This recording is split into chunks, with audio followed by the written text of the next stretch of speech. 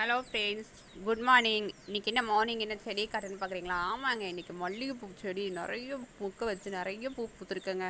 அதனால் மார்னிங் எழுந்திரிச்ச உடனேயே மல்லிகைப்பூ மனம் தாங்கலை. அதனால் பக்கமாக போய் பார்த்தா மல்லிகைப்பூ பெருசு பெருசாக பூத்துருக்குங்க. குண்டு மல்லிங்க இதுக்கு பேர்.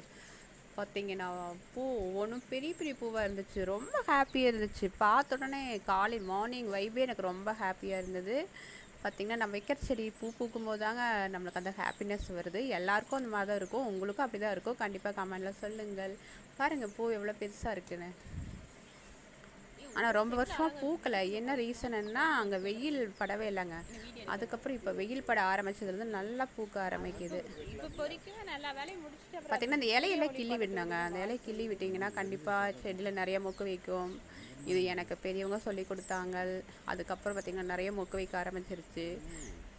சரி, கண்டிப்பாக உங்களுக்கு வீடியோ பிடிச்சிருக்கு. லைக் பண்ணுங்கள், சப்ஸ்கிரைப் பண்ணுங்கள்.